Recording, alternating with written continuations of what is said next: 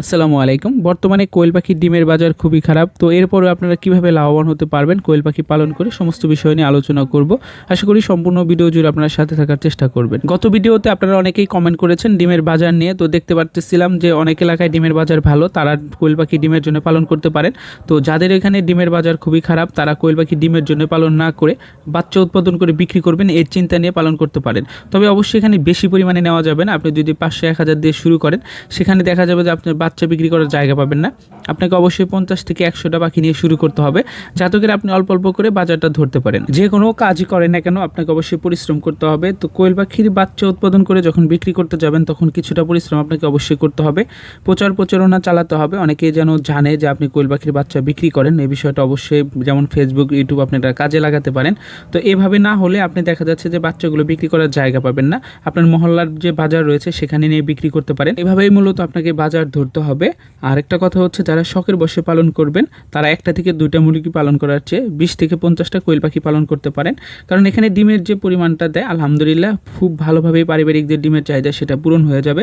বিশেষ করে বাচ্চাটা সবচেয়ে বেশি পছন্দ করে থাকে কোয়েল পাখি ডিম। আপনারা একমত হলে অবশ্যই কমেন্ট করে জানাতে পারেন। এবার আসবো, যেহেতু আপনি কোয়েল পাখি বাচ্চা উৎপাদন করে বিক্রি করবেন সেক্ষেত্রে কয়টা মহিলা পাখির সাথে কয়টা পুরুষ পাখি দিবেন এবং কিভাবে আপনারা বাচ্চা উৎপাদন করে বিক্রি করতে পারবেন। তো প্রথমে যেটা করতে হবে, আপনাকে 100 পাখির জন্য 25টা ছেলে দিতে হবে, 50টা পাখির জন্য 12-13টা ছেলে দিলে হয়ে যাবে আলহামদুলিল্লাহ। প্রয়োজনের চেয়ে কিছুটা বেশি রাখার চেষ্টা করবেন, এতে কোনো ক্ষতি নেই। আপাতত হ্যাচিং রেটটা বেশি পাবেন। আপনাকে অবশ্যই হ্যাচিং রেটটা বেশি পেতে হবে, না হলে আপনি লসের সম্মুখীন হবেন। আর অবশ্যই বাচ্চা ব্রুডিং করার কিছুটা অভিজ্ঞতা আপনাকে থাকতে হবে। আর এখন যে সময়টা চলতেছে, আজকে মে মাসের 21 তারিখ চলতেছে 2025 সাল। তো এই টাইমে অনেকটা তাপমাত্রা বেশি, তো ব্রুডিং করতে গেলে খুব বেশি কষ্ট হবে না আপনাদের। আমি মনে করি কিছুটা অভিজ্ঞতা নিয়ে আলহামদুলিল্লাহ শুরু করতে পারেন, ভালো কিছু করতে পারবেন। অবশ্যই আপনারা ভালো মানের একটা ইনকিউবেটর কেনার চেষ্টা করবেন। ইনকিউবেটরটা খুব বেশি বড় যেন না হয়, আবার একদম যেন ছোট না হয়। আপনাদের অবশ্যই 200 থেকে 250 কোয়েল পাখি ডিম ফোটানো যাবে এরকম একটা ইনকিউবেটর নেওয়ার চেষ্টা করবেন। আর অবশ্যই জায়গাটা বেশি রাখার চেষ্টা করবেন, যাতে করে আপনারা পাখিগুলো কিছুটা বড় করে তারপর বাজারে বিক্রি করতে পারেন। বর্তমান সময়ে এসে অনেকেই ইনকিউবেটর কিনে প্রতারিত হচ্ছেন। দেখা যাচ্ছে যে ডিম ঠিকভাবে ফোটে না, ডিম ভিতরে বাচ্চা আসলেও বের হয় না। তো নানা রকম সমস্যার সম্মুখীন আপনারা অনেকেই হয়েছেন। যদি হয়ে থাকেন অবশ্যই আপনারা কমেন্ট করে জানাতে পারেন। আর আমি একটা কথা বলবো আপনাদেরকে, সেটা হলো আপনারা সবসময় নিজ হাতে ইনকিউবেটর তৈরি করার চেষ্টা করবেন যদি পারেন। আর যদি না পারেন সেক্ষেত্রে অ্যানালগ যে গোল ইনকিউবেটরগুলো রয়েছে সেগুলো আপনারা কেনার চেষ্টা করবেন। ডিজিটালে যাবেন না, অটোতে যাবেন না, আপনারা ম্যানুয়ালি যতটা পারেন সেইভাবে করার চেষ্টা করবেন। অর্থাৎ অল্প টাকার ভিতরে আপনারা অল্প খরচের মধ্যে কিভাবে ইনকিউবেটর তৈরি করা যায় সেই বিষয় নিয়ে আমার চ্যানেলে ভিডিও দেওয়া আছে।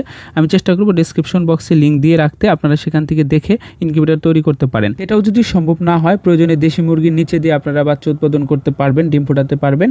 তো আমি যেটা বলি আপনাদেরকে সেটা হলো খুবই অল্প খরচের ভিতরে আপনারা একটা খামার সাজানোর চেষ্টা করবেন।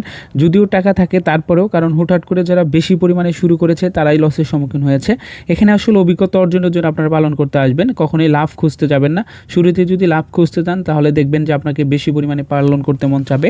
অর্থাৎ আপনি যখন জানবেন যে 100 পাখি পালন করে 1000 থেকে 1500 টাকা ইনকাম করা যায়, তখন আপনি চিন্তা করবেন যে 2 থেকে 5000 পাখি পালন করি, তাহলে সেক্ষেত্রে আপনার লসের সম্মুখীন হওয়ার সম্ভাবনাটা বেশি থাকে। এরপরেও যদি কোনো কিছু জানার থাকে কমেন্ট করে জানাতে পারেন, কোন বিষয়ের উপর ভিডিও চাচ্ছেন সেটাও জানাতে পারেন। আমি ভিডিওগুলো তৈরি করে থাকি জামালপুর জেলার সরিষাবাড়ি থানা থেকে। যদি কেউ আশেপাশে থেকে থাকেন কমেন্ট করে জানাতে পারেন। ভালো থাকবেন আপনারা সকলে। আসসালামু আলাইকুম।